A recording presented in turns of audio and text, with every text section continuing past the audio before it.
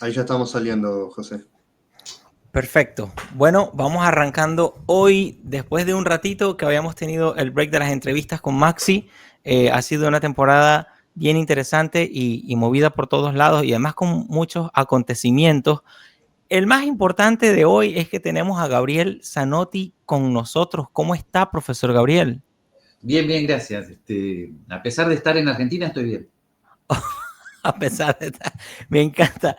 Mira, le puedo decir que el profesor Gabriel Zanotti, así en persona, digamos en vivo, es todavía mucho más interesante. No hemos parado de reírnos acá con él. Me encanta su sentido del humor. Estamos siempre, bueno, con Maxi, que ha hecho esto posible, siempre tan perseverante y tan tenaz con los empeños que hace. Y con Dani. Dani, ¿cómo has estado?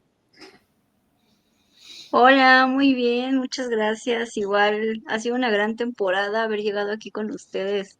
Pues a veces no se da la oportunidad de que estemos todos juntos, pero en estos momentos que en donde hay algún invitado que sea muy importante para nosotros, el hecho de que pueda estar todo el equipo la mayor parte siempre es muy lindo, es una gran experiencia. Gracias, profe, por estar aquí con nosotros y No es pues nada. esperemos que les guste la entrevista. Perfecto, perfecto. Bueno, el profesor Gabriel Zanotti, yo lo conocí bueno, digamos, en este despertar a la libertad. Yo soy de Venezuela y tuve que responderme muchas preguntas, perdón, tuve que hacerme muchas preguntas para buscar esas respuestas y en ese proceso lo encontré a usted.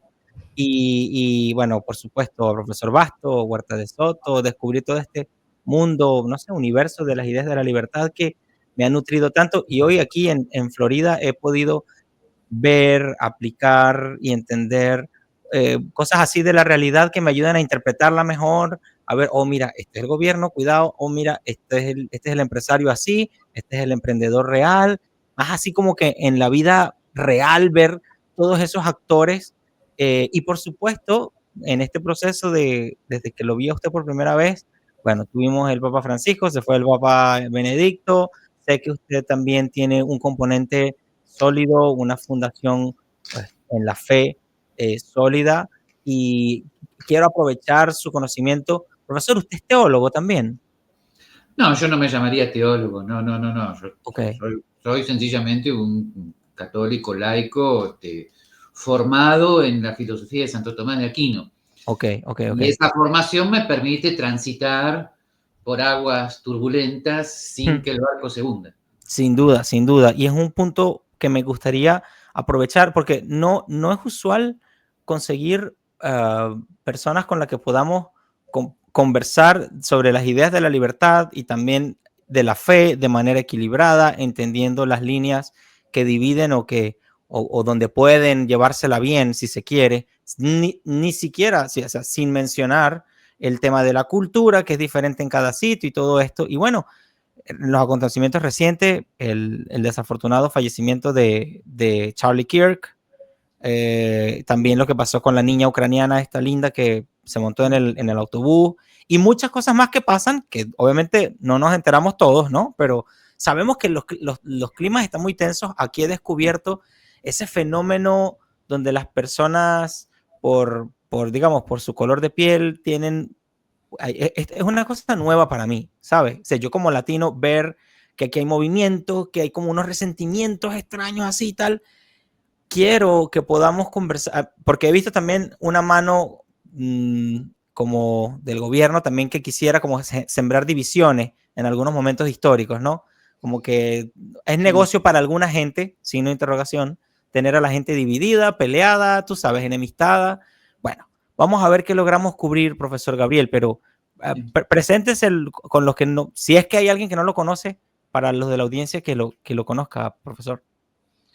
Bien, yo estudié filosofía en la Universidad del Norte de Santo Tomás de Aquino. Eso fue entre el 79 y el 84. Luego, finalmente, en el año 90, terminé mi doctorado en filosofía y a partir de ahí comencé a dedicarme a la vida académica sistemáticamente. Estuve primero en el SEAE de Buenos Aires, luego en la Universidad Austral y ahora estoy full time en la Universidad del SEMA, pero siempre mi actividad y mi posición ha sido académica. Mi vida es dar clase y escribir. Me encanta mi relación con los alumnos. Así que eso soy un docente, fundamentalmente. Profesor, ¿usted ha dejado de aprender desde que enseña? Bueno, casi todos los docentes te van a decir lo contrario, ¿no? Te van a decir que la docencia sigue siendo la etapa más importante del aprendizaje, así que mientras des clase está asegurada tu perseverancia en tratar de aprender. Me encanta. Así que, además, el diálogo socrático siempre funciona, tanto de un lado como del otro. Así que mantengas una actitud de diálogo con los alumnos, siempre se aprende. Y bueno, finalmente hay algo interno que espero que no se acabe nunca, que es una curiosidad, un apasionamiento más que curiosidad, es apasionamiento por tratar de clarificar algunos temas, tratar de evitar contradicciones inútiles, tratar de ordenar ciertas cosas. Así que ese apasionamiento es lo que también siempre me ha mantenido escribiendo todo el tiempo. Sí. Me encanta, profesor. Mire, como usted acaba de mencionar el diálogo socrático y como usted acaba de decir el contacto con los alumnos, pues no pude evitar nuevamente pensar en Charlie Kirk. No, o sea, no pude evitar pensar de nuevo en él. Más que cubrir el tema de toda su labor, ni siquiera, sin siquiera mencionar su posición o su forma de ver la vida, yo veo que tuvo una vida muy fecunda, llegó a demasiada gente, bueno, planteó, yo lo veo, pues yo vivo aquí en Estados Unidos y me sorprende tanto su respuesta como el nivel de planteamientos que le hacen de diversos sectores. Yo digo, este es el mundo donde vivo. O sea, me sirve a mí para decir, wow, aquí es donde estoy yo. Así que eso me ha servido mucho por ese lado. Y en vista de eso, y teniéndolo enfrente, quisiera preguntarle, profesor, mire, dos frases de Charlie Kirk fueron, que no sé si sean de él o que vengan de otro lado, quiero escuchar su perspectiva de ahí. Lo primero, una cosa que decía él era que en la universidad o en la escuela deberían enseñarnos, o sea, nos enseñan qué pensar, pero no nos enseñan a pensar, ¿no? Y esto va con el lado de la parte socrática. Es uno de los planteamientos de Charlie que me pareció revelador. Me encantó. Pues. Y otro fue que el diálogo, sabes que aquí está el freedom of speech, que la gente pueda decir, digamos lo que quiera, si cabe decirlo, ¿no? Y yo voy entendiendo a través de Charlie Kirk que la libertad de decir lo que me dé la gana, no importa por disparatada que sea, la gran utilidad viene por el lado de yo defenderme, más que por el lado de acusar a otro. Eso para mí fue revelador, porque dice, no, que tú, lo culpaban a él diciéndole, tú eres hate speech, tú estás diciendo cosas de odio. Dice, pero ya va, pero tú puedes hablar también. Sí. Ah, bueno, entonces defiéndete. Eso me pareció revelador. Profesor, lo escucho. Lo escuchamos. El caso de Charlie Kirk, ya antes de su asesinato, era totalmente insólito, novedoso, porque, bueno, yo por YouTube y otras redes, yo veo habitualmente influencers libertarios o conservadores, pero las primeras veces que me topé con lo que hacía Charlie Kirk, ahí noté algo diferente, esa actitud de ir a los campus y hablar directamente con todos y someterse a las críticas, era la encarnación de lo que Karl Popper llama la actitud racional, o sea, el estar abierto al diálogo, el querer hablar con el que piensa diferente, el estar preparado para responderle con caridad y con calma, haciendo un acto de amor y de enseñanza al mismo tiempo. Bueno, eso ya... Y dejando el pellejo en la calle, además. ¿Cómo? Perdón. Y dejando el pellejo en la calle, dejando la piel en la calle. Bueno, entonces, exactamente, así que ya eso era bastante peculiar. Así que yo creo que no es que ha muerto un héroe de las ideas cristianas y liberales, sino que también ha muerto un héroe del diálogo, ¿no? De la actitud socrática, de la comprensión del otro, del pensamiento crítico. Así que, bueno, por supuesto ha sido un shock para todos, ¿no? Una persona tan joven, con ese matrimonio tan hermoso, un padre de 2 bebés, autoeducado, cosa que a mí me llama particularmente la atención porque yo soy muy crítico de la educación formal, a pesar de que vivo en ella, cosa que me genera ciertas contradicciones. Pero la autoeducación de Charlie Kirk es sorprendente, la cantidad de temas que manejaba. Hace poco estuve repasando un video donde alguien le decía, tú no tienes ninguna formación en economía, no tienes ningún major en economía, y él inmediatamente dijo, no, no lo tengo, pero ¿tú sabes quién es von Mises? ¿Tú sabes quién es Friedman? Y el otro decía, no, bueno, ahí tienes, ¿qué significa tener formación, no? Yo creo que no solamente ha sucedido en casi todas las universidades del mundo y en los colleges norteamericanos en particular, que han derivado hacia teorías de izquierda, sino que antes de eso, y por encima de eso, el modo de transmitir las ideas en las universidades, lamentablemente, es un modo cerrado al diálogo. Es un sistema basado en la exposición monologante, cerrada al diálogo, luego la repetición, so pena de ser ejecutado con la nota. Y ese sistema de exposición, repetición, nota, exposición, repetición, nota, en realidad eso no forma pensadores, eso forma los perfectos funcionarios que van a ejecutar las órdenes del gobierno perfectamente, ¿no?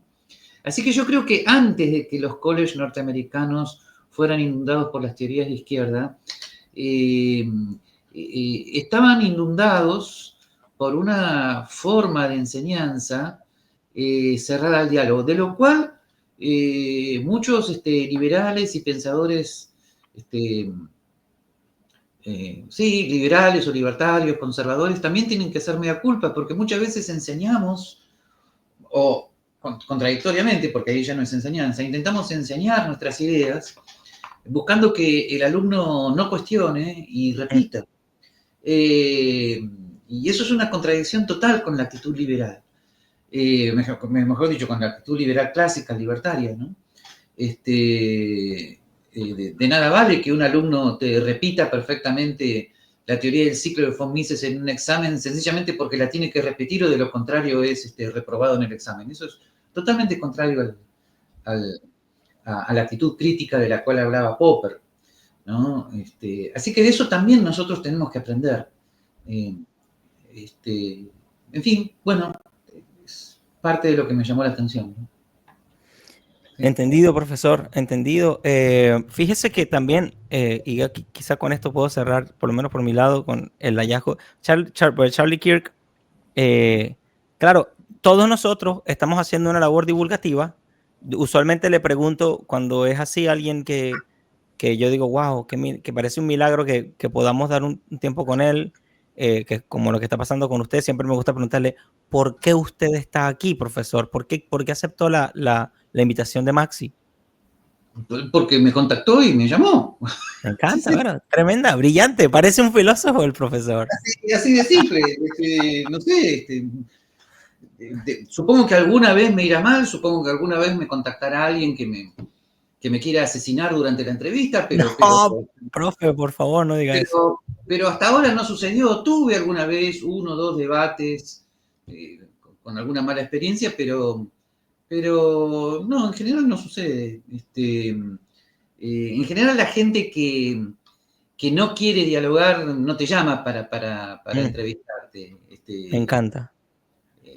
Así que, pero yo también, pero yo tengo una experiencia limitada. Como yo no soy una figura pública, no me ha pasado, como a veces sucede, que algún buen periodista de izquierda te llama para ver cómo soportas la entrevista, ¿no? Eso hasta ahora no me ha pasado. Claro. Si yo fuera una figura pública, sucedería más frecuentemente, ¿no?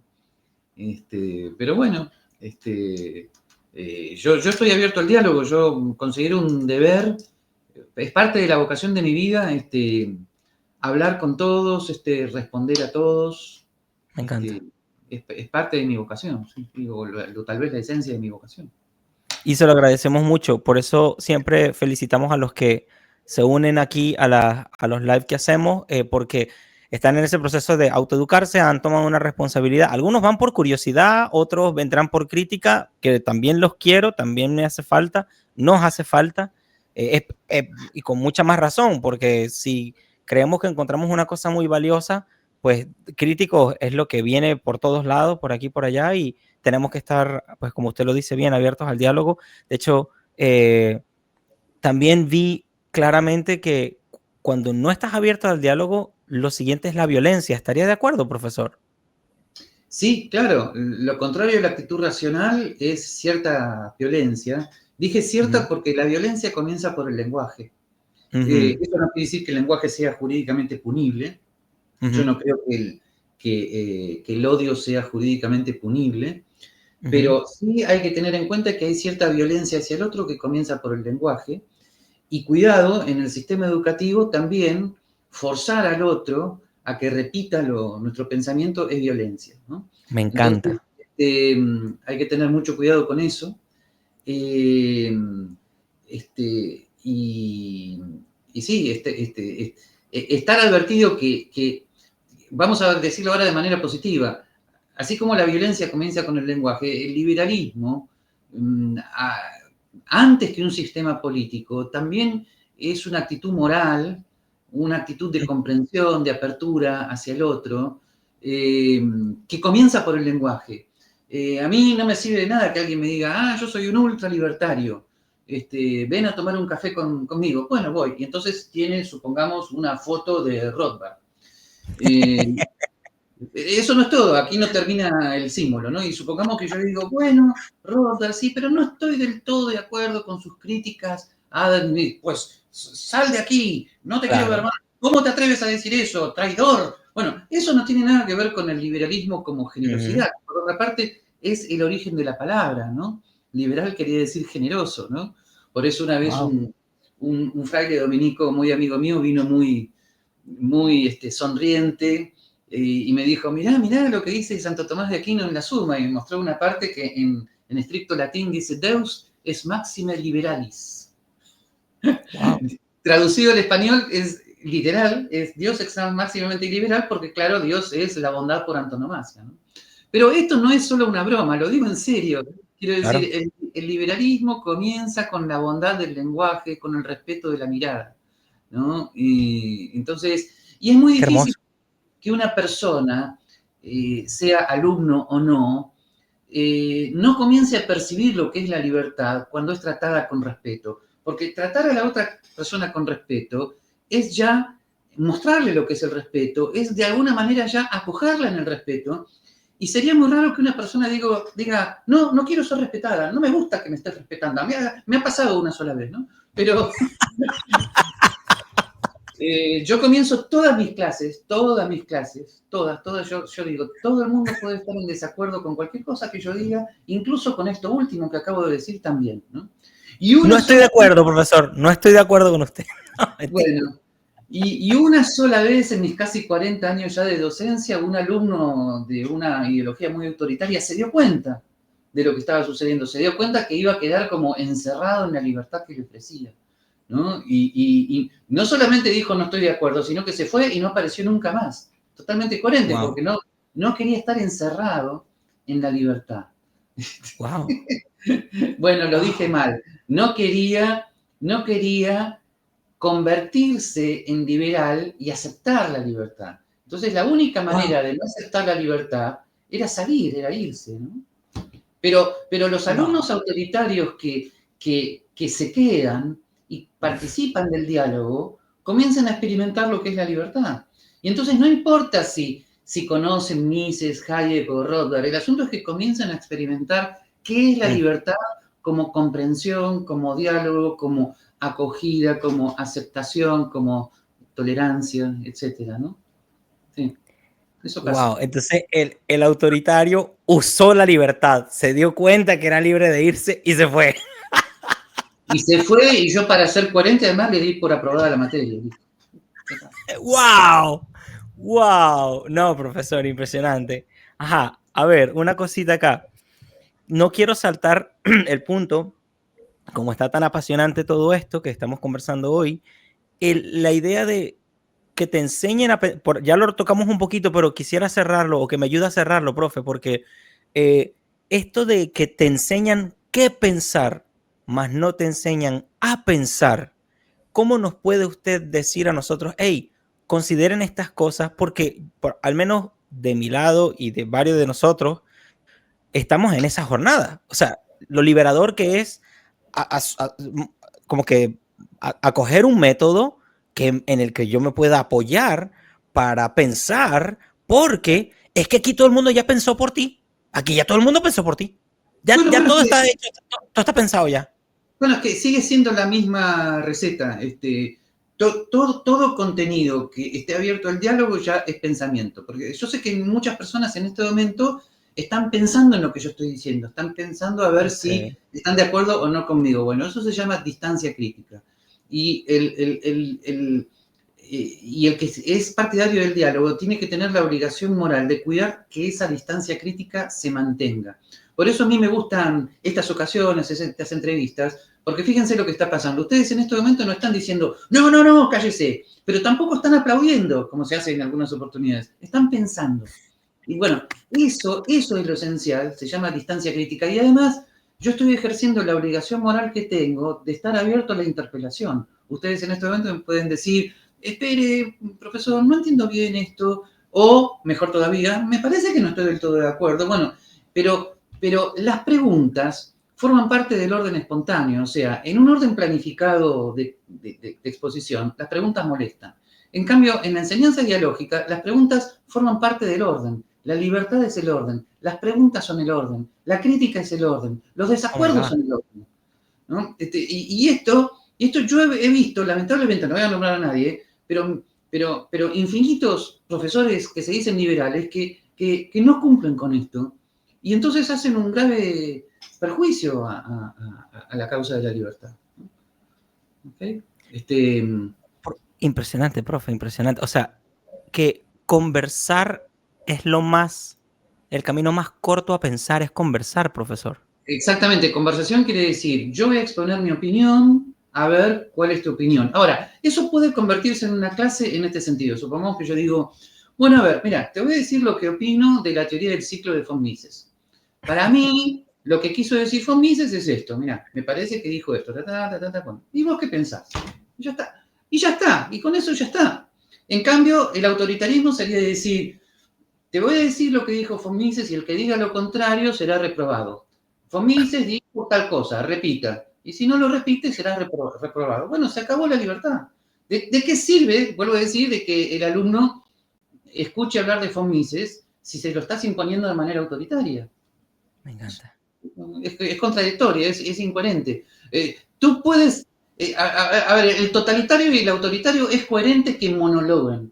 Es coherente que hablen esperando aplausos, prohibiendo preguntas, críticas y desacuerdos. Es coherente con ellos, pero que lo haga un liberal es totalmente incoherente. Precioso, profe. Impresionante, impresionante. Profe, otra cosa. Nada nuevo bajo el sol, todo lo que te estoy diciendo lo han dicho Popper, lo ha dicho Hugo Habermas, lo ha dicho Gadamer, lo ha dicho Martin Buber, lo ha dicho Emmanuel Levinas. Forma parte de toda la tradición de las cuestiones disputadas de la Edad Media, desde el siglo IX hasta el siglo XIV, XV. Y gracias a usted no han muerto. Gracias a usted.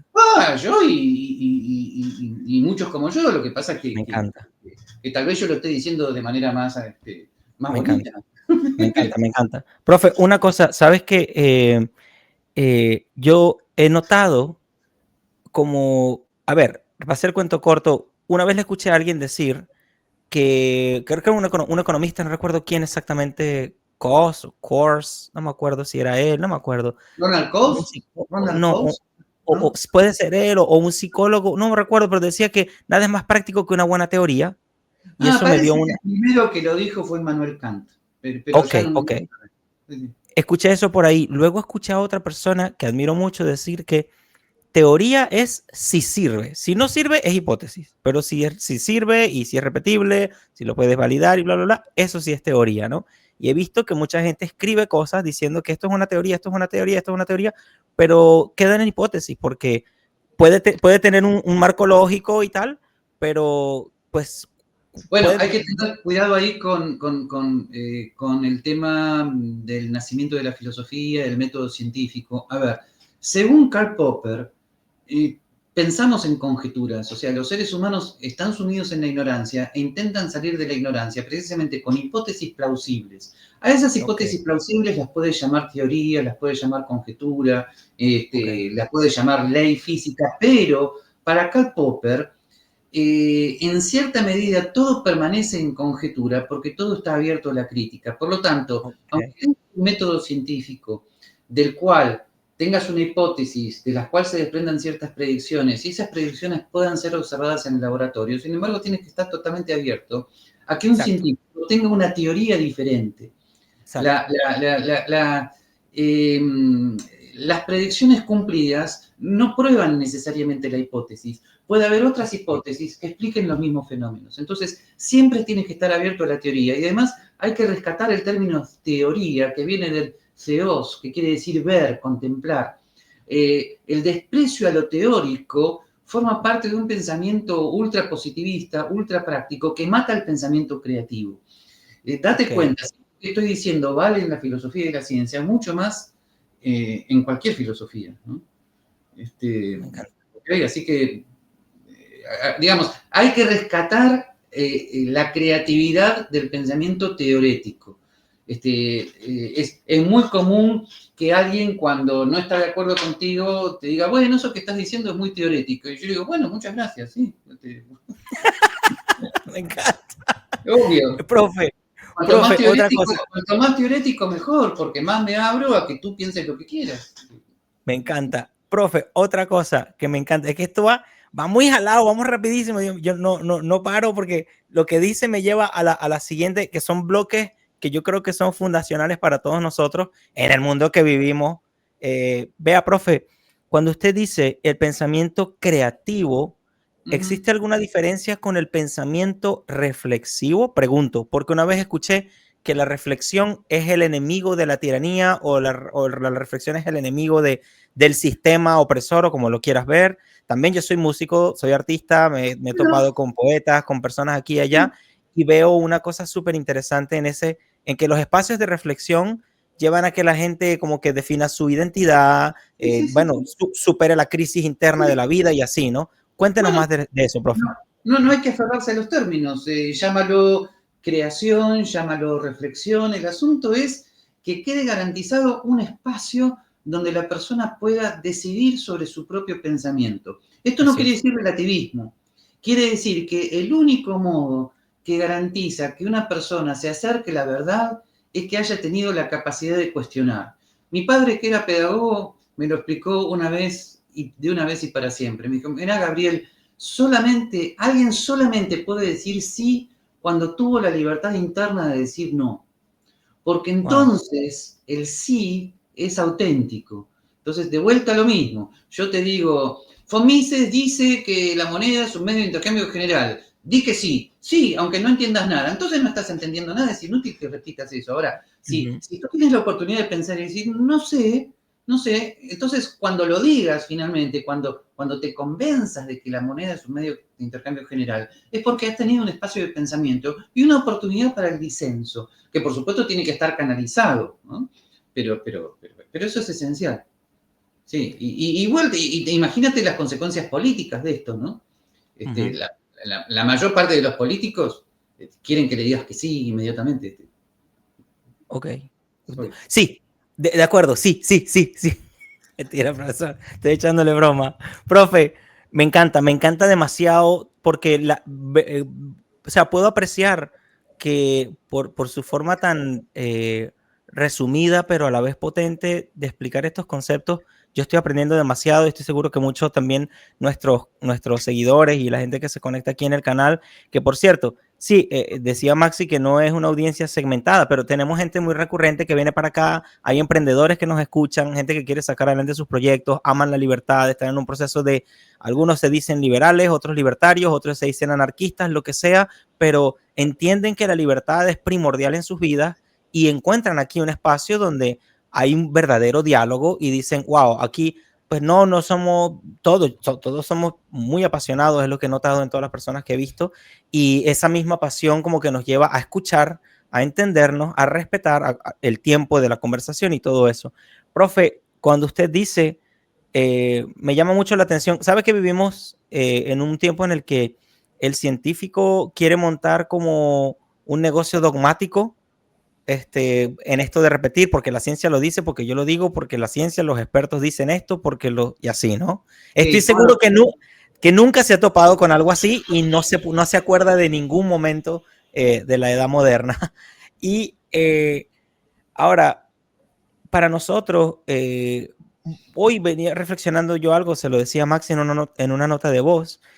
A ver, yo creo en Dios, yo sé que Dios existe, Dios es, y entiendo la importancia que tiene el rol de la religión, pero encontré como que un punto clave en esto de que parece que la religión, cuando es la religión oficial, de hecho, hoy comí en un sitio de musulmanes, tengo un amigo musulmán fantástico, la comida es riquísima, o sea, entonces yo me encuentro viviendo como que me rozo con gente de la India, porque esto es Estados Unidos, aquí hay de todo, ¿no? Y voy descubriendo cosas que, wow, pues el mundo es mucho más grande que lo que me contaron y que lo que yo me imaginé.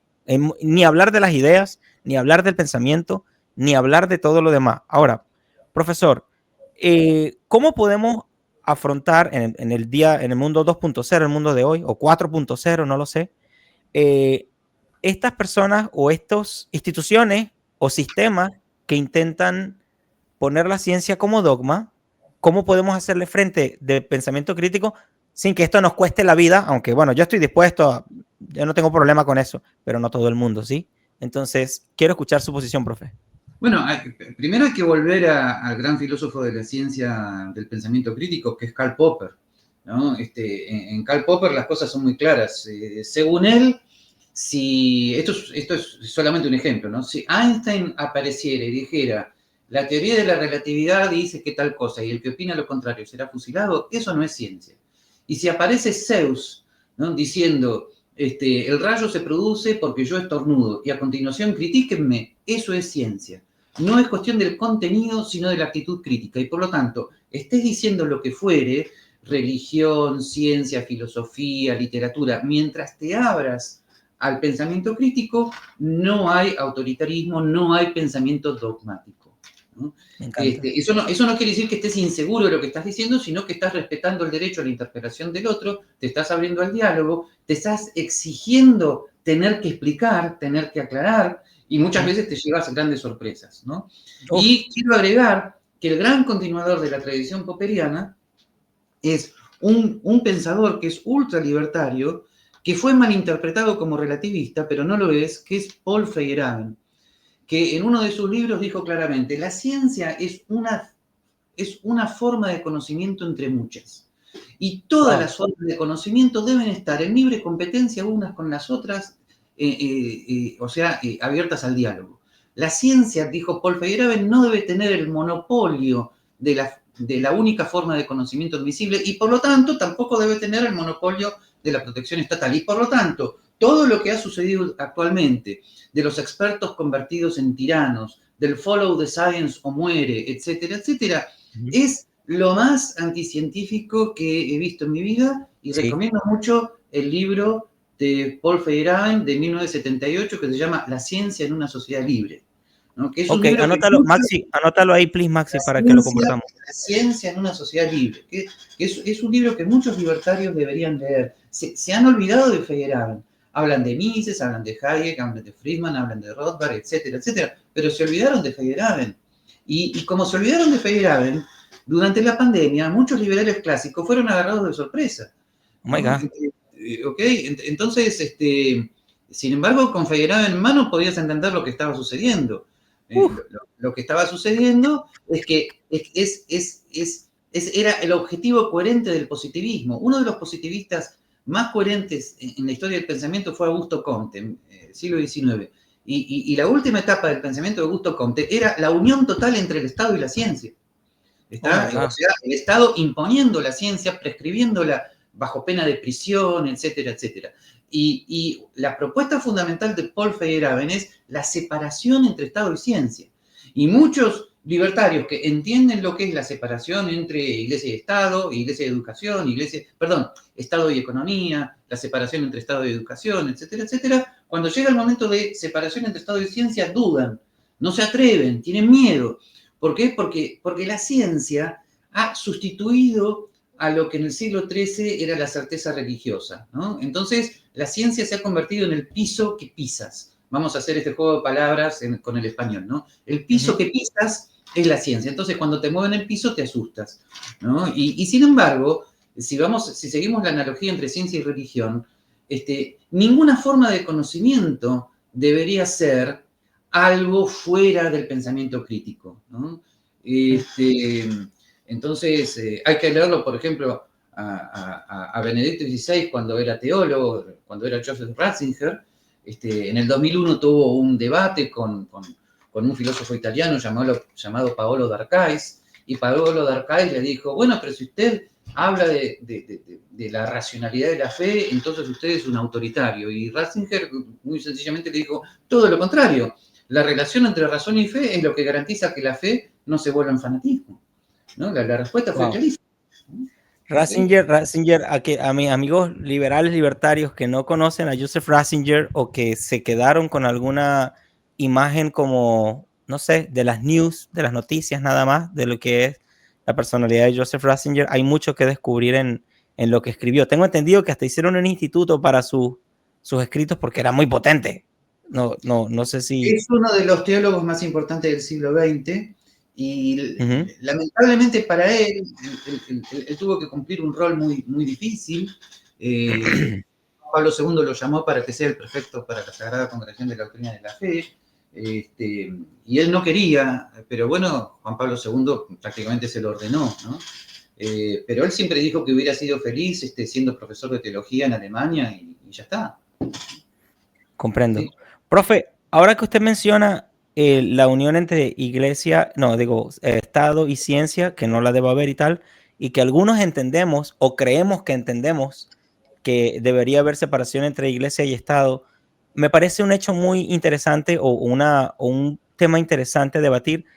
Tengo la impresión, y es solo impresión, porque no quisiera hablar de más, que hoy en día como que el Estado, no sabes quién es dueño de quién, si la iglesia es del Estado, el Estado de la iglesia, y como que al margen de todo esto están los cristianos o las personas que siguen su religión a título personal, me gustaría decir como los orígenes del cristianismo más fresco y más nuevo en sus orígenes, no sé, pero veo que hay como una especie de sistema en la que este es amigo de este y este es amigo de este, y entonces hay una versión y este lo repite y el otro lo repite y así.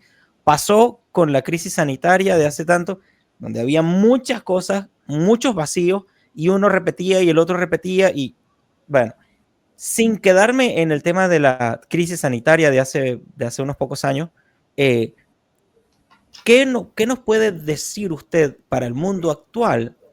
Porque algunos tenemos fe y seguimos nuestra fe o la practicamos a nuestra manera, a nuestras posibilidades, como lo quieras ver, y otros quisieran practicarla pero no lo hacen por el sistema que ven, u otros están encerrados en un fanatismo que no saben si son religiosos o agentes políticos. Y entiendo que usted entiende muy bien lo que es la iglesia, lo que es el Estado, lo que es la filosofía. ¿Cuál es su posición? ¿Qué nos puede enseñar al respecto? La fe no tiene nada que ver con dos o tres cosas que habitualmente se suponen que son fe. Primero, la fe no tiene nada que ver con el pensamiento mágico.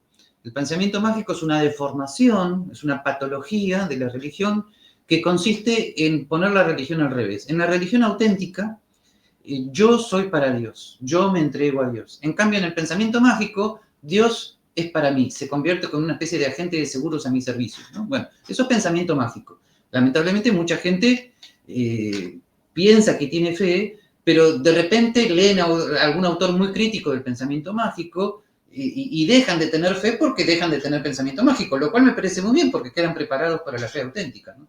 La fe tampoco tiene que ver con el fanatismo. La fe tampoco tiene que ver con el fanatismo, eso ya hemos hablado, o sea, con el que cree que la fe se tiene que imponer por la fuerza, física o lingüística, ¿no? Entonces, la fe tiene que ver con el advertir la finitud y advertir que hemos sido creados por lo infinito y que debemos estar abandonados a lo infinito, ¿no? Entonces, eso es la fe. Y el que se descubre, yo diría que el que descubre la esencial finitud de su existencia queda preparado para la fe auténtica, ¿no? Y para eso es cuestión de leer a los grandes teólogos. Hay que leer de vuelta a Santo Tomás de Aquino, hay que relacionar la razón con la fe, y así uno queda preparado para la fe auténtica. Entonces, como lo vengo escuchando, que estoy totalmente de acuerdo con usted cuando habla de, bueno, derrumbar el pensamiento mágico, cuando dice que el pensamiento creativo y la apertura, el diálogo es apertura, hay que estar abiertos a cuestionar y tal y no sé qué. A algunos de la iglesia no le puede gustar esa idea de que se le cuestione, de que piensen de que puede haber algo más de lo que ya se sabe y que yo no tenga que vestirme con sotana para poder necesariamente dar un aporte interesante acá. O sea, lo que quiero decir es cómo pudiera reconciliarse alguien que vive en su iglesia o en su fe con las ideas de la libertad cuando hay millones de personas vestidos de comunistas queriendo comprar a la iglesia un espacio aquí, un espacio allá, pagar para una cosa, para otra, porque el sistema no se maneja. Las leyes del sistema son muy diferentes de las leyes que alguien se autosomete a Dios cuando decide por voluntad propia unirse a Dios. Pero entonces es como que la religión oficial, cuando se vuelve oficial, parece que trae más problemas que cuando la gente dice, esta es mi religión y yo la vivo así. Porque yo vivo en un país donde yo como donde un musulmán, toco música en una iglesia que es cristiana, que no es católica, yo me bauticé católico y la pasamos bien todos. Pero cuando la religión es oficial, más de uno sobra. La autoridad parece que se impone acá en esto y quiero escuchar pues de parte suya ¿qué otras ideas de claridad podemos tomar nosotros para que, bueno, para que haya apertura cuando alguien practica su fe? Bueno, es cierto que es difícil incorporar la razón dialógica a la fe cuando la fe se la vive de manera autoritaria, pero, dado todo lo que estamos hablando, la fe no es lo único que es susceptible de ser deformado por el pensamiento autoritario. A la ciencia le ha pasado lo mismo, ¿no? Sí. A cualquiera le puede pasar lo mismo. Entonces, yo creo que la fe auténtica no es incompatible con estar convencido de un determinado criterio, de contenido de la fe, mientras eso tenga que ver con la relación entre razón y fe, o sea, mientras ese contenido tenga un fundamento racional, y a la vez estar abierto al diálogo y a la convivencia con el que piensa diferente. Y entonces, si eres católico y crees que Jesucristo es Dios, como es mi caso, y eso tiene que estar totalmente abierto a que, por un lado, convivas con el que piensa diferente, cosa que a mí me sucede todo el tiempo, pero eso habitualmente, eso de hecho funciona muchas veces no hablando del tema. Entonces, bueno, puedes tener un amigo agnóstico que no quiere hablar del tema y no lo puedes forzar a hablar del tema y listo, y ya está, no pasa nada. Ahora, supongamos que tengo un amigo musulmán que me dice, no, para mí Cristo es un profeta, pero no es Dios. Bueno, si ambos estamos formados en Karl Popper, ¿qué nos impide hablar y dialogar sobre el tema? A ver, ¿cuáles son tus razones para creer que Jesucristo es Dios? ¿Cuáles son tus razones para creer lo contrario? A ver, dialoguemos un poquito, no pasa nada. Y si no llegamos a ningún acuerdo, no pasa nada. Seguimos tomando el cafecito que está rico, o hablamos de fútbol, o pasamos otra cosa. Y ya está. ¿Por qué tiene que haber tanto problema? Entonces, la verdad, no sé si seré yo el marciano o los demás, pero yo, dado lo que acabo de decir, no debería haber tanto problema. Hay problemas porque hay contenidos que despiertan pasiones ocultas. Las pasiones está bien, pero las pasiones ocultas son como pasiones inconscientes de autoritarismos inconfesados. Entonces, el científico que está adherido a un paradigma dominante, y ese paradigma dominante, si lo suelta, siente que se muere, bueno, ese se convierte en autoritario. Y lo mismo con todo el mundo, ¿no? Entonces, yo lo vuelvo a poner como ejemplo. Ratzinger en el 2001 dialogó con Paolo D'Arcais, que es un famoso filósofo agnóstico italiano, muy agnóstico, ¿no? En el 2004 dialogó con Habermas, uno de los filósofos ilustrados más importantes de la Escuela de Frankfurt. O sea, lo llamaban a debatir y él iba a debatir. Y no eran debates agrios. Se trataban, que no corresponden, se trataban con pleno respeto. Y cuando a Ratzinger le preguntaban algo que les resultaba extraño, Ratzinger respondía con toda tranquilidad. Es cuestión de leerlo y ver cómo respondía.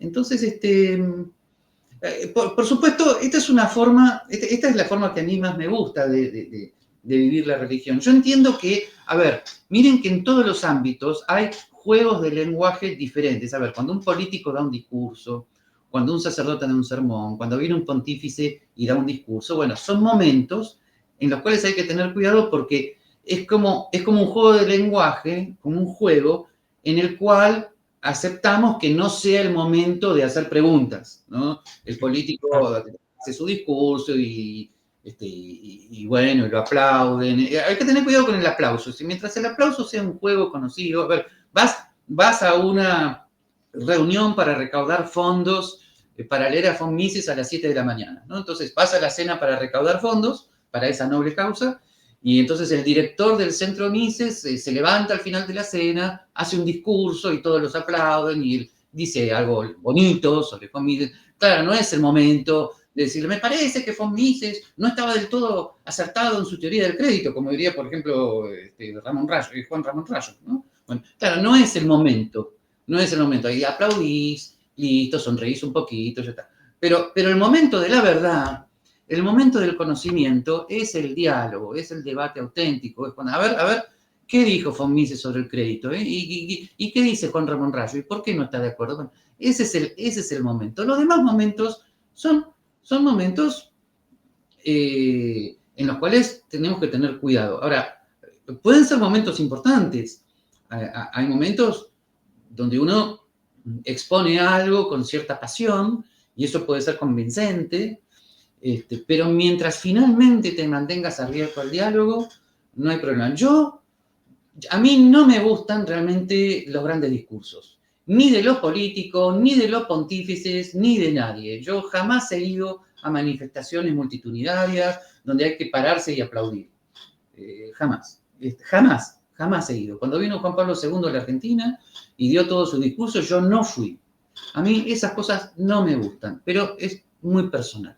¿Por qué? Porque claro, a mí lo que me gusta, ¿qué hacía con Juan Pablo II? ¿Sabés lo que yo hacía? Lo leía, lo estudiaba, ¿no? No lo aplaudía.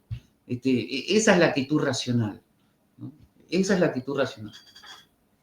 Me encanta, profesor, me encanta. Yo creo que, bueno, se me pueden ocurrir más cosas, pero creo que lo más sensato es que le dé el paso a Maxi y a Dani para que le hagan preguntas a usted. Yo he aprendido demasiado y espero que así también todos los chicos que nos siguen. No, espero que hayas pensado. Bueno, exacto. Eso, ¿ve? ¿Qué otro aprendizaje me acaba de dejar, profesor? Bueno, yo le doy el paso aquí a los chicos y de pronto al final digo un par de cositas o Sí, cerramos claro. ahí. Bueno, muy bien. Antes de empezar nosotros, hay una pregunta acá del público que me gustaría poder hacérsela. Pregunta al señor Hayek. Una pregunta del profe. ¿Le costó mucho, por la adquisición de nuevos conocimientos, cada uno más denso que el anterior, mantener la fe? No desde que estudié en profundidad a Santo Tomás de Aquino. Desde ese momento la fe se mantuvo tranquila. Sí. Bien de bien. Dani, empieza tú. Tú adelante, Maxi, tú. ¿Empiezo yo? Bueno, Sí, vale. bueno, primero que nada, repetir que es un placer, Gabriel, hablar con usted. Además, por la humildad que muestra y también esta enseñanza que nos está dejando de no repetir, así como loros, porque yo estoy cansado de debatir con gente que solo repite como loro y es como hasta frustrante de cierto modo, ¿no? Porque incluso con la idea de que sea más maravillosa del mundo, ¿no? Pero ¿por qué? O sea, dame el por qué. No es porque sí. Capaz que es fantástica la idea, pero dame el por qué, ¿no? O sea, no, si no estás repitiendo solamente. Entonces, eso me parece fantástico, la enseñanza que nos está dejando de preguntar siempre el por qué, de ser críticos y de sentarse a hablar cuando tenemos ideas diferentes que se pueden dialogar. No tendría que haber un mayor problema que eso. ¿Estoy equivocado? Bueno, demostrámelo. Tal vez sí, tal vez estoy equivocado, porque todos lo estuvimos alguna vez. Nadie, nunca, o sea, nadie estuvo siempre en lo cierto, ¿no? O sea, no existe esa persona. Entonces, lo primero, que lo dijo al pasar, y si bien mencionó alguna cosita, pero me parece que está bueno, porque es un tema que a mí por lo menos me interesa, creo que está bueno profundizar. En un momento dijo, yo soy muy crítico de la educación formal.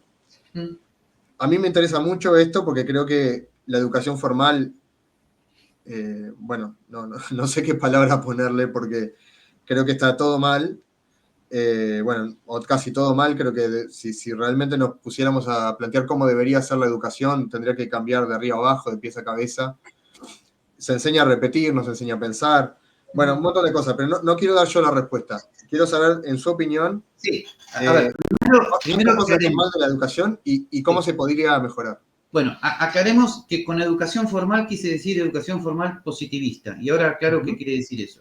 Porque la educación formal como tal no está mal. La educación formal se ha dado en todas las culturas en las cuales hay un determinado contenido que tiene la suficiente densidad y complicación para necesitar un método especial de enseñanza. A eso se llama educación formal y como tal no está mal. Ahora, cuando hay una concepción positivista de la mente humana, que Popper ha criticado mucho, según la cual la mente humana es como una tabula rasa, donde tú escribes, anotas y repites, entonces ahí se produce un sistema educativo formal positivista que es típico de fines del siglo XIX en adelante, ¿no? Donde el alumno es concebido en actitud pasiva de copia, repetición, copia, memoria y repetición sin entender por qué, sin hacer preguntas, ¿no? Bueno, eso es lo que fundamentalmente hay que cambiar. Por supuesto, muchos pedagogos lo han intentado cambiar y hay muchos maestros y profesores que en el aula hacen lo que pueden para generar una actitud dialógica. Entonces, para cambiar eso, el profesor tiene que dejar de ser el profesor que expone y escucha la repetición para convertirse en un profesor tutor, o sea, alguien que te acompaña en tu propio proceso de aprendizaje, con preguntas y respuestas, preguntas y respuestas. Entonces hay que manejar con mucha delicadeza el momento del aula. ¿Por qué? Porque el aula,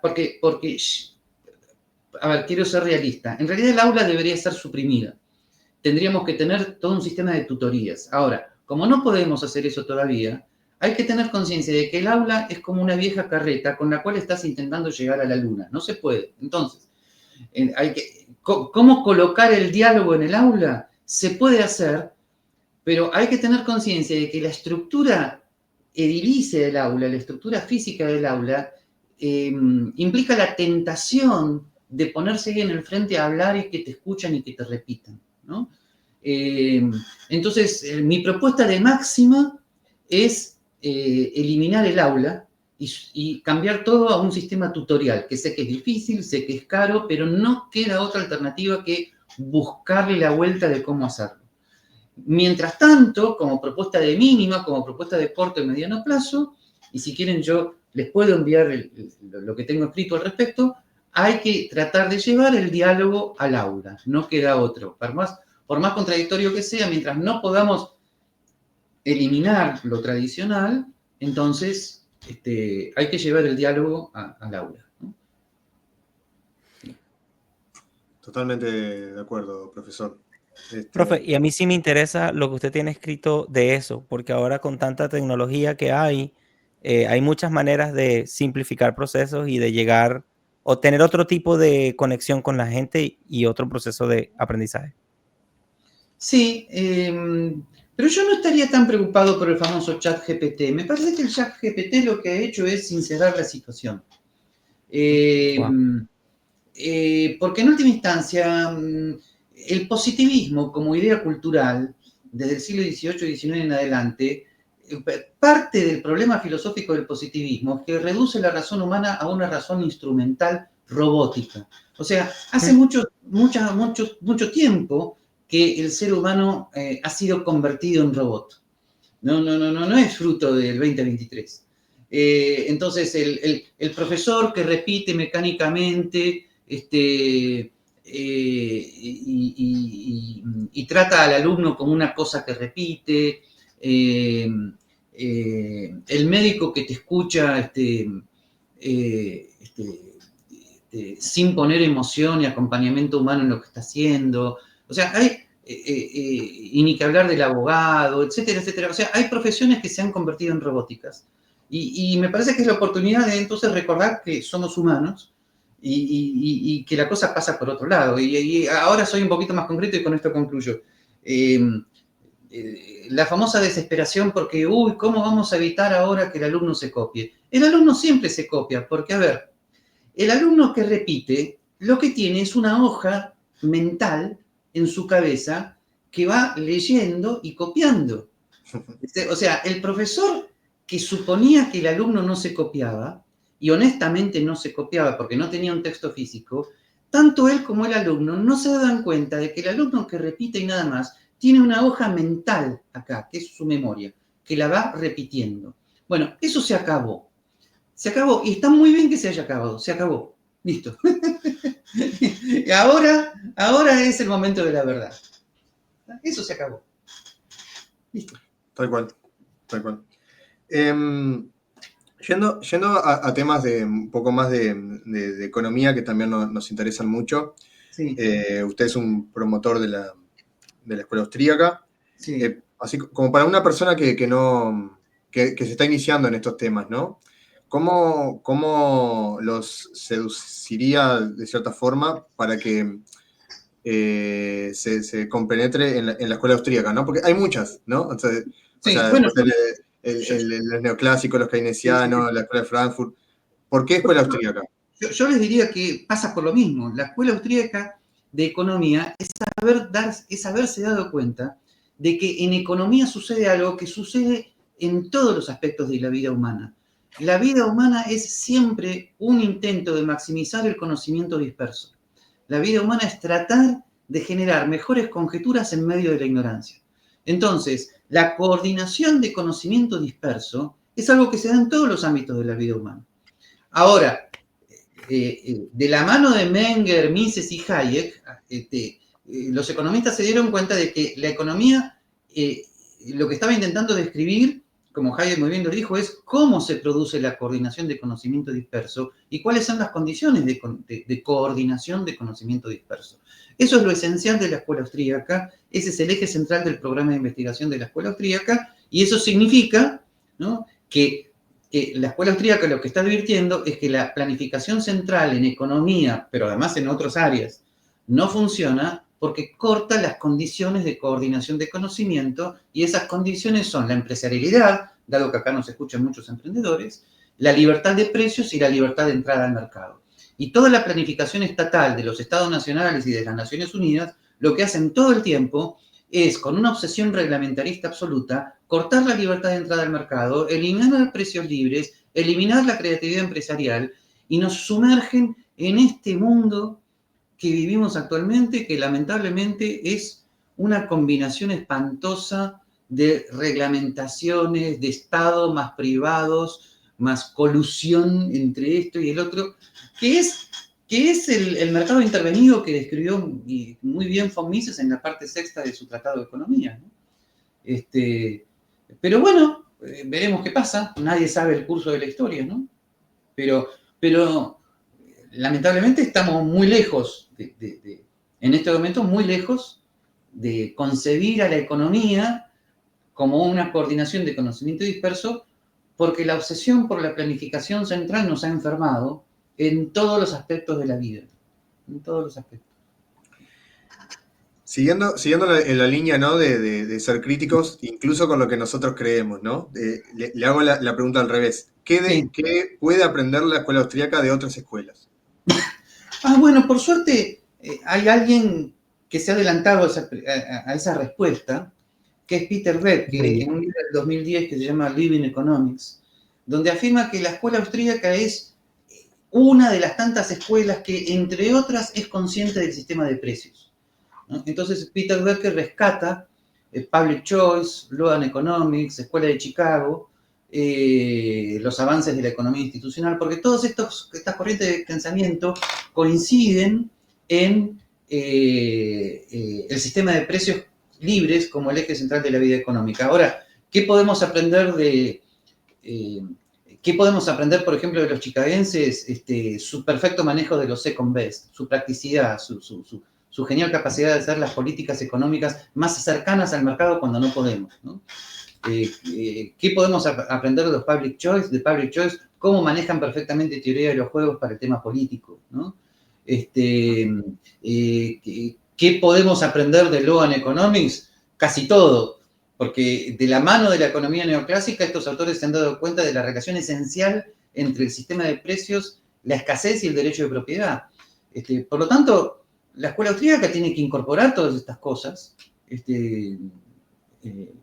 y si hay alguna autocrítica que hacer, es que no podemos hacer de un autor,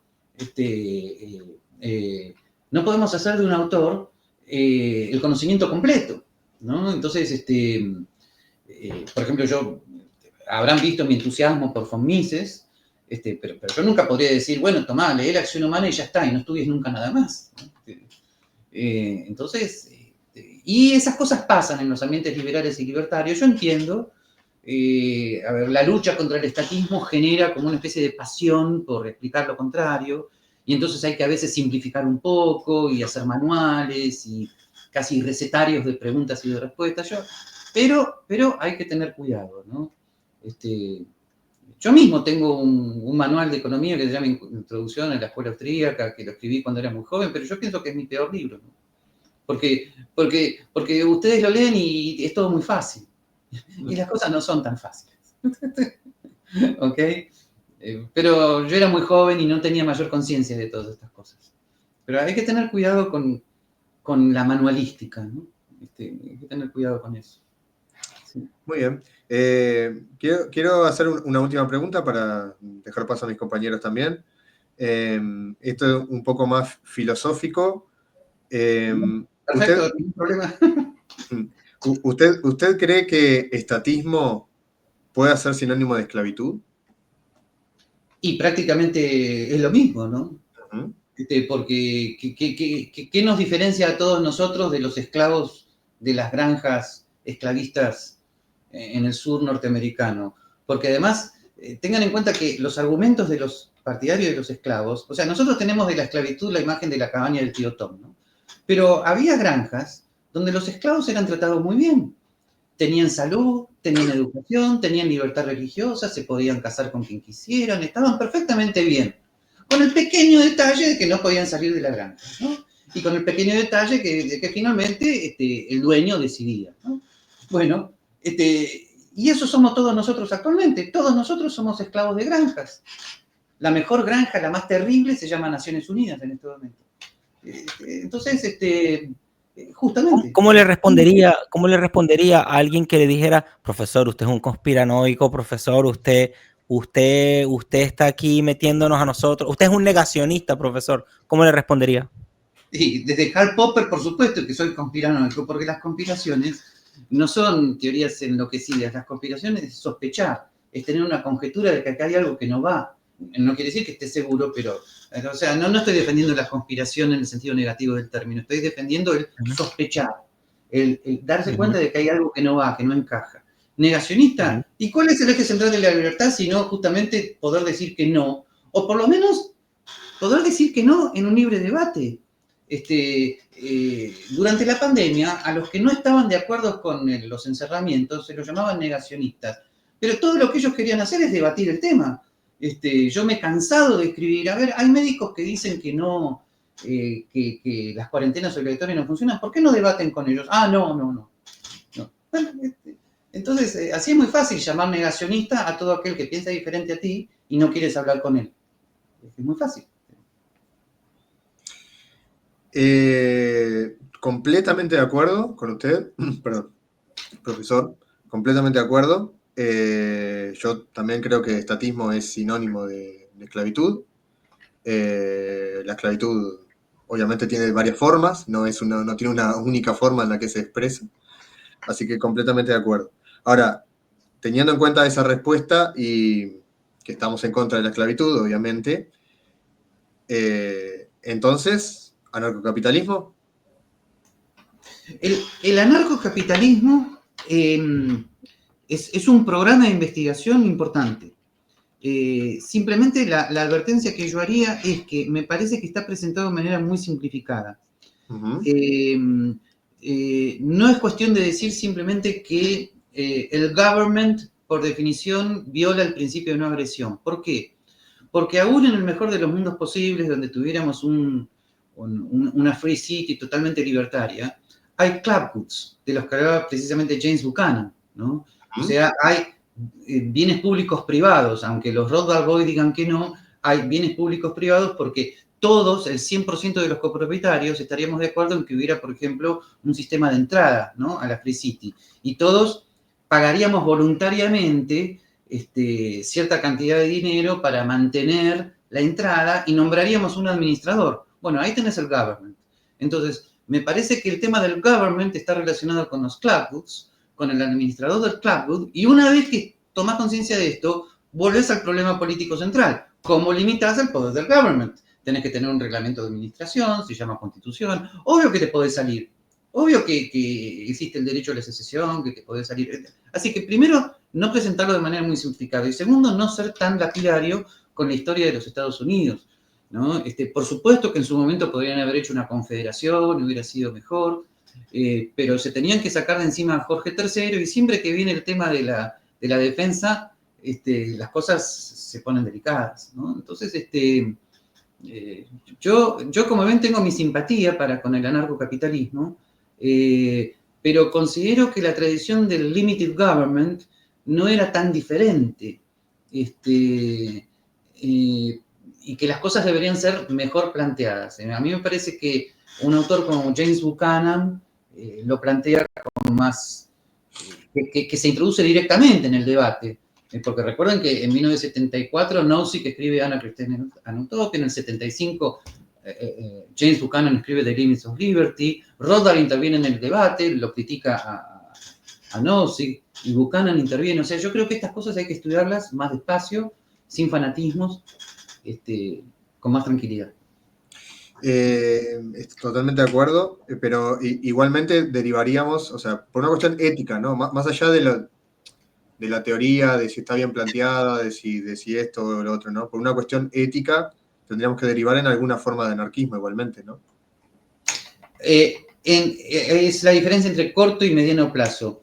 Si en la situación actual de estatismo generalizado pudiéramos al menos volver a un sistema como el que propone Hayek en Law, Legislation and Liberty, que es volver a una especie de constitución como fue la de Estados Unidos originaria, si pudiéramos volver a eso, o sea, si en los sistemas políticos actuales pudiéramos eliminar legislaciones, eliminar organismos estatales y volver a un poder ejecutivo y legislativo más limitado, entonces eso a corto plazo y a mediano plazo sería la base para luego aspirar a algo mayor. Y por lo tanto yo creo que está moralmente justificado participar en un sistema político para cambiarlo desde dentro y luego aspirar al derecho a la secesión, ¿no? Como un paso posterior. De lo contrario, hay que tener cuidado con la tentación de violencia porque la secesión en este momento en el mundo es enfrentarte con un gobierno que no te va a dejar y hay que tener mucho cuidado con la violencia que eso puede generar. Sin embargo, y ya dejo a mi compañera Daniela para que le haga preguntas. Sin embargo, usted tiene críticas al gobierno de Milei, ¿no? Sí. Sí. ¿Podría decirnos alguna? Fundamentalmente su esquema político. Él desde el principio comenzó a gobernar con la hermana y con un Rasputín local que se llama Santiago Caputo, hizo un trípode impenetrable y con secretismo, no da conferencias de prensa, insulta, se enoja, y eso no funciona, eso no es un sistema republicano de gobierno, no iba a funcionar. Antes de ser presidente, todos le preguntaban, ¿qué vas a hacer con el Congreso? Y no sabía qué iba a hacer con el Congreso. Con un Congreso peronista. O sea, hay que saber lo que significa la Argentina. ¿Vas a ser candidato a presidente en un país como la Argentina, que es peronista 100%, incluso los que no son peronistas? ¿Y vas a gobernar así? ¿O vas a intentar gobernar así? Eso te conduce al fracaso. Más allá de las legítimas críticas que yo puedo tener como partidario de la escuela austríaca en su manejo a la política cambiaria, en ciertos detalles técnicos, ¿no? En esos temas además me sorprende que ni siquiera los partidarios de Milei estén dispuestos al diálogo, porque a los que sostenemos que el sistema cambiario no estuvo bien manejado, nos insultan directamente. No quieren ni hablar con nosotros. Conmigo menos aún, porque vos sos un filósofo, no entendés nada. Pero a los economistas que desde siempre estuvieron en desacuerdo con ese tema, Milei los insultó, los llamó econochantas, y así al único lugar que va es a la caída de su gobierno. Uh-huh. Por acá pregunta Agustín, ¿qué piensa de la crítica de Lysander Spooner a las constituciones en su obra Sin Traición? Bueno, es el mismo tema de siempre, sí, conozco la teoría de Spooner, bueno, pero el asunto es cómo la aplicás actualmente, el asunto es cómo hoy enfrentás el sistema político norteamericano, que es el tema de los anarcocapitalistas o ultralibertarios hoy en Estados Unidos. Bueno, ¿qué hacen? ¿No? O participan en el sistema político tratando de mejorarlo desde dentro, o se quedan en su casa. De lo contrario, una revolución armada no es algo que yo precisamente recomiende, ¿no? Uh-huh. Bueno, perdón, Dani, por haberte extendido demasiado. Dale tú. No te preocupes, Maxi, muchas gracias. Bueno, pues la primera pregunta que quisiera yo hacer es relacionada un poco con un comentario que acaba de hacer que me sorprendió, cuando menciona que es filósofo y de repente se le menciona que no entiende nada o así.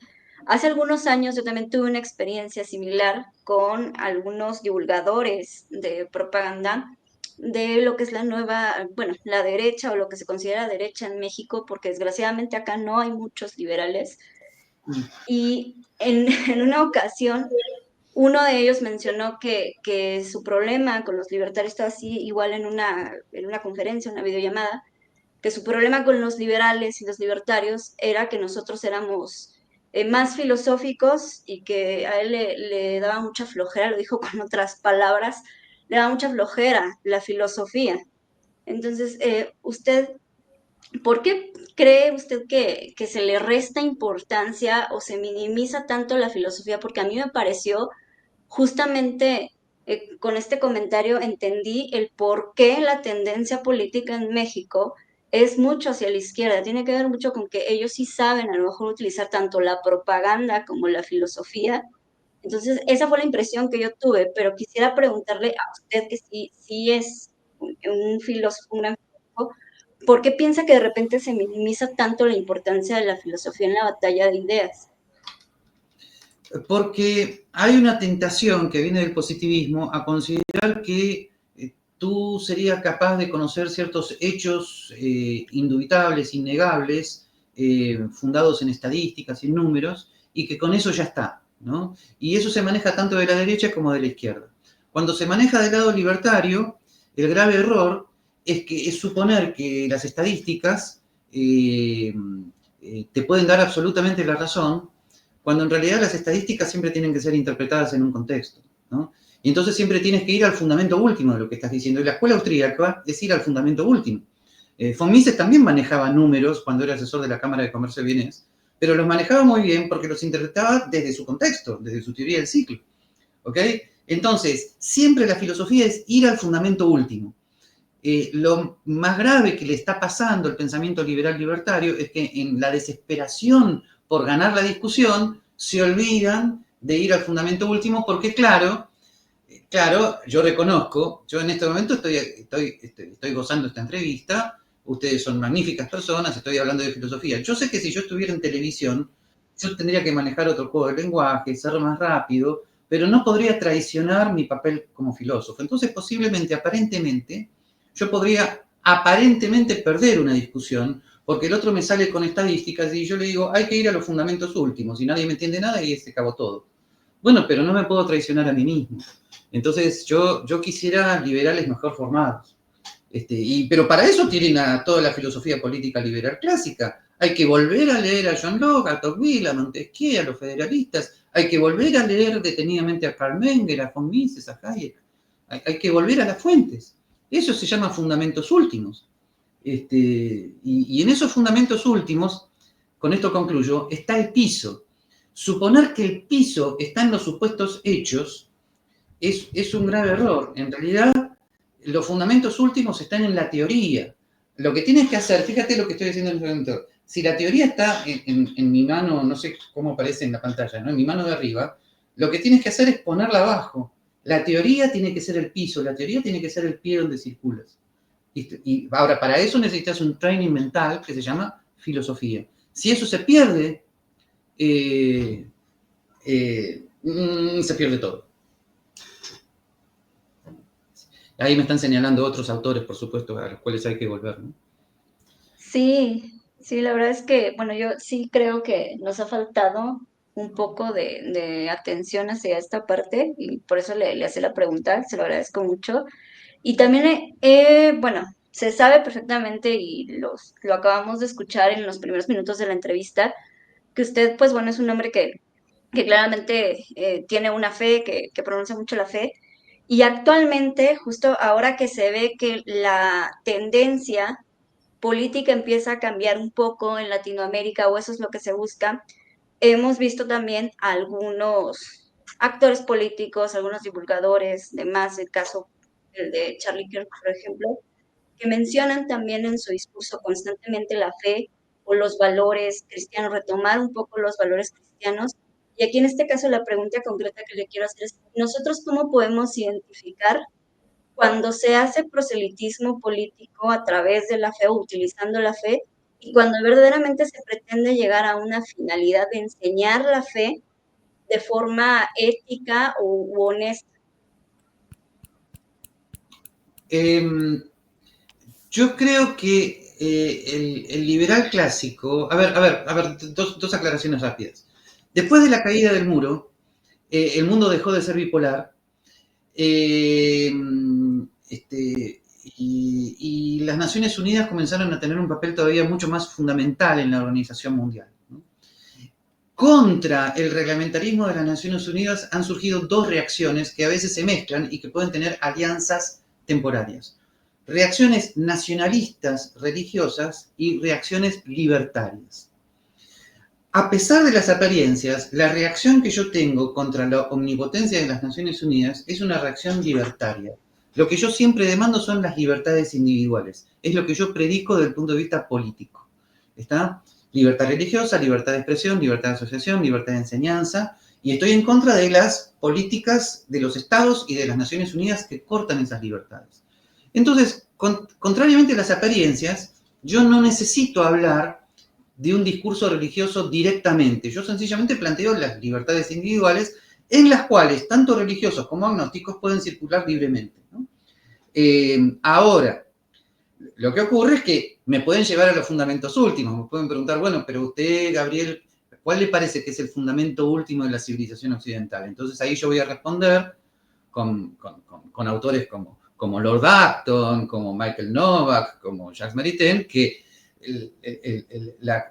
hay un marco cultural judio-cristiano que ha dado origen a la conciencia de la ley natural y al desarrollo de un derecho positivo conforme hacia la ley natural donde se respetan las libertades individuales. Entonces, si a mí me llevan a ese punto, yo voy a decir, hay un marco moral judio-cristiano que ha dado origen al limited government.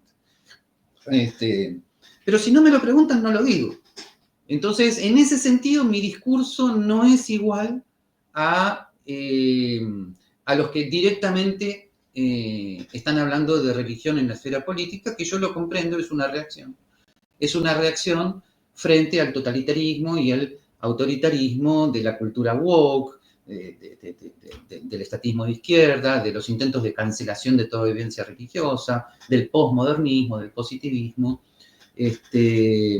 Por eso vuelvo a decir, yo en Charlie Kirk vi algo diferente, porque a pesar de que él tiene un discurso religioso directo, yo no lo tengo, lo mío es más indirecto, sin embargo se prestaba al diálogo y eso fue toda una novedad, ¿no? Entonces, no voy a hacer nombres, pero seguro tú estás pensando en ciertos influencers de centro derecha que han nacido en Argentina, que han nacido en México, hay uno muy importante, y que me parece que hacen una mezcolanza improcedente, ¿no?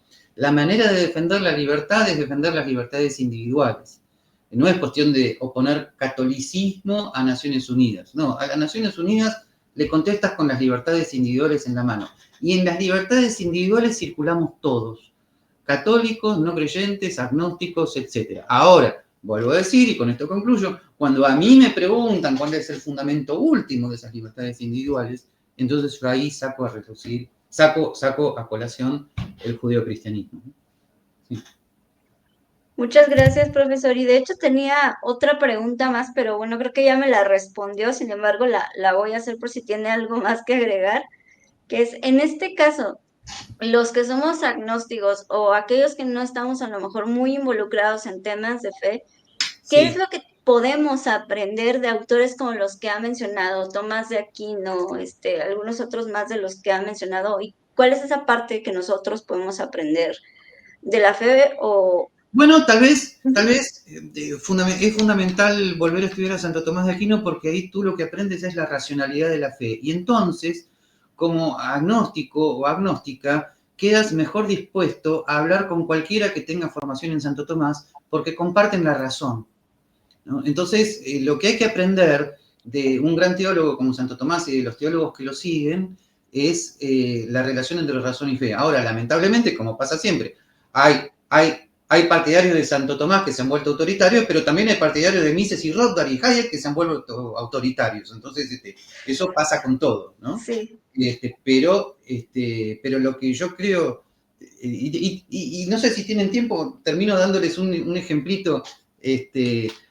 Yo, por suerte, hasta ahora tengo buenos amigos entre los objetivistas, ¿no? Y ellos, bueno, tal vez estoy generalizando. Algunos de ellos son muy admiradores de esa película que se llamó El Marciano, protagonizado por Matt Damon, donde hay un pobre astronauta que se queda varado en Marte y tiene que sobrevivir, ¿no? ¿Y con qué sobrevive? Con su razón, ¿no? ¿Qué hace? Ve los recursos que tiene, ve lo que puede hacer. Entonces, a mí me dicen, tú te hubieras puesto a rezar. No, yo me hubiera puesto a hacer lo mismo que él. Yo también no me hubiera ido tan bien porque yo no conozco tanto de ciencia como conocía el astronauta, pero hubiera hecho lo mismo. La diferencia es que yo hubiera utilizado mi razón y al mismo tiempo hubiera dicho, bueno, Dios, si quieres darme una manito, yo, bienvenida, si quieres ayudarme un poquitito, pero me entrego a tu voluntad. Mientras tanto, yo sigo haciendo lo que mi razón me dice que tengo que hacer. Entonces yo coloco esa película como un punto de unión entre creyentes y no creyentes, porque ambos tenemos la razón, ¿no? Los dos despreciamos el pensamiento mágico, los dos despreciamos el autoritarismo y el fanatismo, ¿no? Y en ese punto nos encontramos. Sí. Se lo agradezco, profe. Esto sería, pues, todas las preguntas que yo tengo. Adelante, José, perdón por interrumpirte. No, yo soy el que estoy aquí rompiendo todas las reglas. Profe, a mí se me ocurren hacerle 3 preguntas más, yo no sé si tiene tiempo. Sí, tengo unos 5 o 10 minutitos. Sí. Profe, rápidamente, completando lo que dice Dani y dice Maxi, y aquí, fíjese, hay algo de la libertad y toda esta cosa que hemos mencionado por encimita, pero que no quiero pasar por alto porque veo que está muy abusado la idea de la autoridad. ¿Cuál es cara a la libertad, cara a las ideas de la libertad y todo lo que hemos hablado hoy? Hay personas que abusan de autoridad o que te quieren decir, yo soy el que tiene la autoridad y todo eso. ¿Cuál es su posición respecto a eso? Bueno, en el pensamiento medieval, auctoritas era autoridad moral, ¿no? O sea, autoritas siempre fue la autoridad legítima, o sea, tiene que haber una legitimidad por la cual tú reconoces a alguien. su papel de profesor, maestro, médico, psicólogo, lo que sea. ¿Tá? O sea, la autoridad es algo que otro libremente te otorga. En el plano político eso significa que libremente le otorgas a algún administrador de algún bien público alguna función. Ahora, el autoritarismo es justamente convertir esa autoritas en lo contrario, en abusar de ella para eliminar la libertad del otro, que es lo peor que puedes hacer. Entonces, una vez que uno entiende que la autoridad es fundamentalmente autoridad moral y que la autoridad es algo que el otro libremente te entrega, entonces todo bien.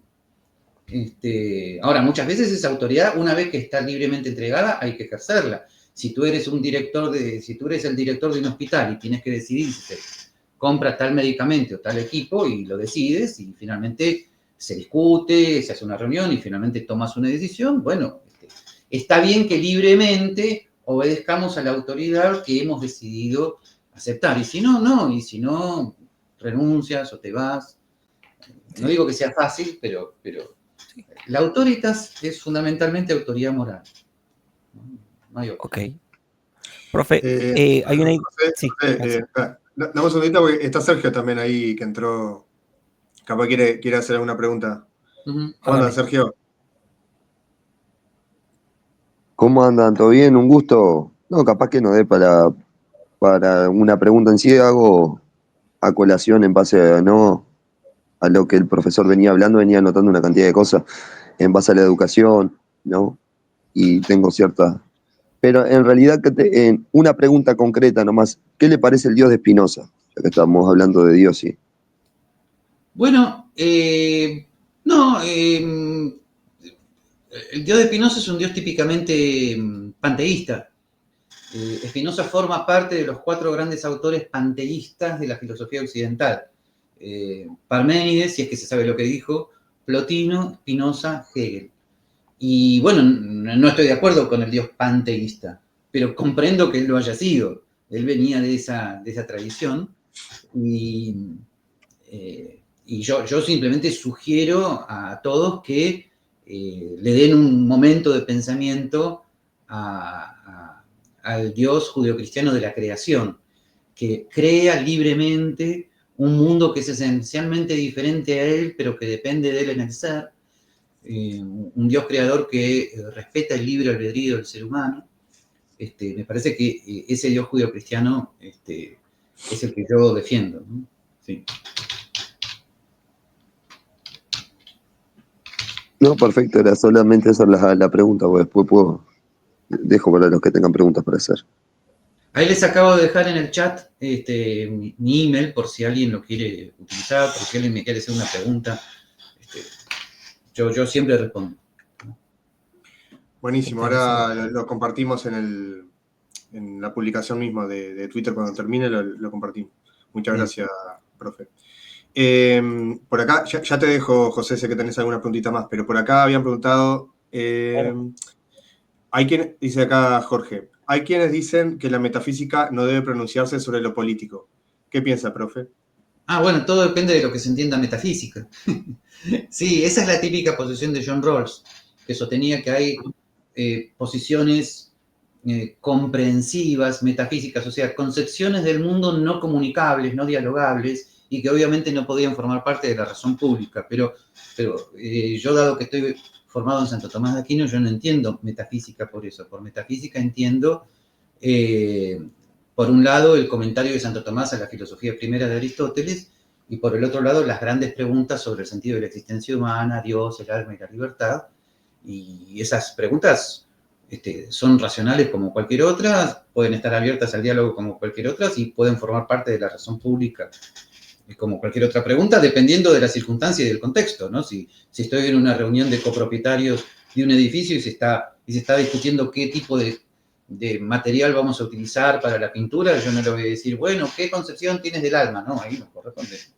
¿Está? Pero si me preguntan cuál es el fundamento último de la sociedad libre, puede ser que yo haga una referencia a la metafísica. Justamente ese Joseph Ratzinger, tan desconocido, tan conocido pero tan desconocido, siendo pontífice, tiene un discurso que iba a dar a la Universidad de la Sapienza en Roma, esto fue el 17 de enero del 2008, donde dialoga con Rawls y con Habermas en el discurso y hace la concepción de una razón pública cristiana, ¿no? O sea, lo que el cristianismo tenga para ofrecer a la razón pública. By the way, no lo pudo ir a dar el discurso porque los profesores supuestamente muy tolerantes de la universidad se opusieron violentamente a su llegada, ¿no? Bien, ahora sí, te dejo, José. Profe, cuando usted se tenga que ir, nos avisa nomás y Bueno, ok, te aviso. dale Sí. tú, José, los minutos que quedan.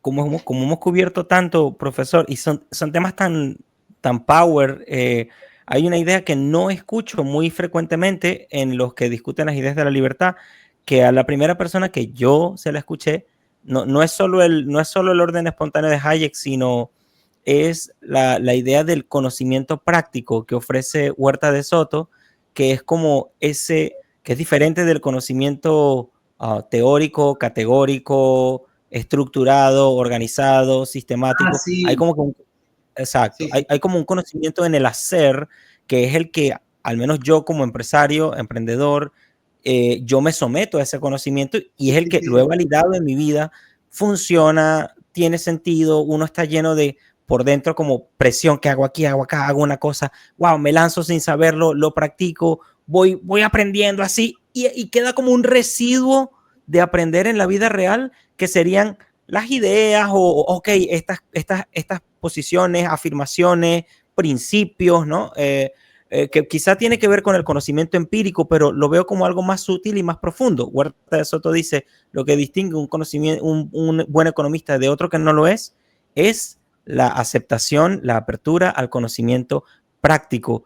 Y veo que usted, pues con toda su labor como profesor, usted puede entenderlo súper bien, usted sabe de lo que le estoy hablando, pero mi inquietud es cómo puedo enseñarlo, cómo puedo hacerle eco, cómo puedo hacer que algunos compañeros entiendan esa parte que es como un fundamento para navegar el orden espontáneo de Hayek, ese conocimiento práctico que no sabe a priori, que se lanza al riesgo, que lo tengo que asumir como empresario. ¿Qué me puede decir, profe? Sí, se puede transmitir eso, es transmitir tu experiencia como un artesano, a modo de ejemplo. Las artes habitualmente se enseñan así, ¿no? Mostrando cómo lo haces y con un discípulo atento que pueda de alguna manera imitarte, entender, hacerte preguntas. Es el famoso tema de la familiaridad con las circunstancias de lugar y tiempo, de las cuales hablaba Hayek en sus artículos Economics and Knowledge, The Use of Knowledge in Society, por eso lo cita Huerta de Soto. Así que tú como emprendedor puedes perfectamente transmitir tu experiencia. O sea, hay varios modos de enseñar. Está la enseñanza de una teoría, pero también está la enseñanza de una experiencia. A mí me pasó una vez en la Francisco Marroquín, se organizó una charla donde fundamentalmente me preguntaban cómo hacía yo como profesor. Bueno, y no me puse a elaborar una teoría general de la didáctica, simplemente les dije cómo hacía yo, se los transmití, hubo diálogo, hubo debate, vinieron maestros, vinieron profesores, me transmitieron a su vez su experiencia. Pasa por ahí, me parece, ¿no? Okay.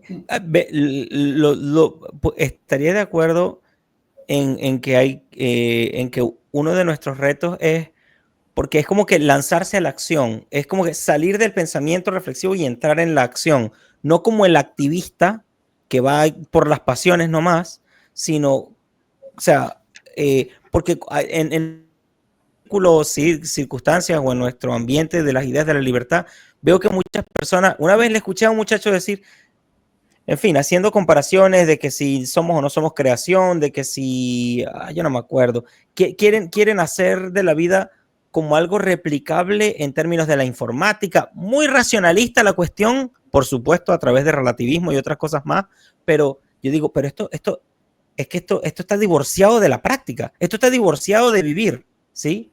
Entonces, para una persona que le gusta pensar, que le gusta reflexionar, ¿cómo le pudiéramos hacer interesante la idea de que es en la acción que aprendes ese conocimiento práctico que tanto nos hace falta? La analogía sería que en la acción hay un momento donde tienes que prender una lucecita arriba en el techo para poder ver el piso. Entonces, la acción significa estar caminando, estar atento a dónde están los muebles, pero necesitas una luz prendida. Esa luz prendida es la importancia de un mínimo planteo teórico.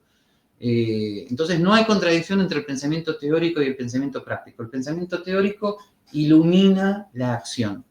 Y estamos los filósofos que luego, nuestra profesión es ir a esa luz y reflexionar sobre ella, explicarla, mejorarla, pero luego están los prácticos, pero que trabajan con esa luz. Muy bien. No veo mayor dificultad. Entonces, no sé si respondo a tu inquietud. Tienes que tratar de mostrar que, aunque la acción sea muy práctica, necesitas una luz que ilumine tu acción. ¿Cuál es? Okay. Y sobre todo mostrar los presupuestos, ¿no? Entonces, por ejemplo, si una persona se considera muy práctica, pero dice, bueno, y estoy esperando que el Estado me dé la jubilación, entonces tiene un presupuesto teórico. El presupuesto teórico es que la jubilación la tiene que dar el Estado. ¿De dónde saco ese presupuesto teórico? Entonces, hay que desnudar los presupuestos. ¿Cuál es el presupuesto del cual estás partiendo? Y someterlo a debate, ¿no? Gracias, profesor. Sí, me quise hacerle esas preguntas para aprovecharlo lo más que podíamos y eso es todo por mi lado, profe. De verdad que muchas gracias. Ok. Bueno, en fin, acá en la Argentina ya es muy tarde, pero en Uruguay también. Pero bueno, muchas gracias por el tiempo, profesor. Quedamos abiertos a otra vez, a las preguntas, a lo que consideren, ¿ok? Sí, muchísimas gracias por tomarse el tiempo, también por la humildad, ¿no? O sea, nosotros no somos tampoco un canal grande, ni lo que sea, ni a usted le va a traer un gran beneficio estar aquí con nosotros, pero tuvo la amabilidad de estar aquí con nosotros estas hora y media, más de hora y media que lo tuvimos acá, matando las preguntas. Así que, pero este es mi lugar, Yo no soy una figura pública, yo no voy a la televisión. Este tipo de lugar es mi lugar, así que está perfecto, está muy bien. Uh-huh. Bueno, no tengo más que palabras de agradecimiento. No sé si Dani o Sergio quieren agregar algo más o ya estamos. Yo igual de mi parte nada más agradecerle al profesor Zanotti, también a ustedes por traérnoslo y a la gente que nos ve, muchas gracias y fue un rato bastante provechoso y interesante. Bueno, muy bien, quedamos entonces conectados para otra vez. ¿Está? Quedamos conectados para otra vez. Muchísimas gracias. Gracias, profe. A mí me gustaría agradecerle por venir y también me quedó ahí en el tintero es el luchar contra de dentro del Estado, ¿no? Eso es algo que discrepo, no voy a estar de acuerdo con usted, Bueno. pero formamos parte de un mismo eslabón para llegar a un mismo objetivo y cada uno tiene su lugar. O sea, si el objetivo es la libertad y la libertad es progresiva, así que cada uno tiene su lugar. Okay. Así que podemos entrar en debate. Otro día lo debatimos con calma. Es una cuestión prudencial, ¿no? Sí, por supuesto. Sí, pero bueno. Totalmente. Bueno, cortito, siempre tengo que finalizar diciéndole que a los que quieran y puedan colaborar con nosotros para que sigamos haciendo este tipo de videos, tienen en el fijado de mi perfil los links para colaborar. Muchísimas gracias a todos los que estuvieron comentando, que hoy fueron unos cuantos, Agustín, Jorge, señor Hayek, Javi, Mario, Diego, bueno, todos los que comentaron y a los 173 que nos están viendo acá en vivo. Muchísimas gracias a todos, muchísimas gracias Sergio, José, Dani y por supuesto muchas gracias profesor, una vez más. Y nos estamos viendo la próxima. Chau. Nos vemos, hasta luego. Chao, profe. Chau. Gracias. Gracias. Nos vemos.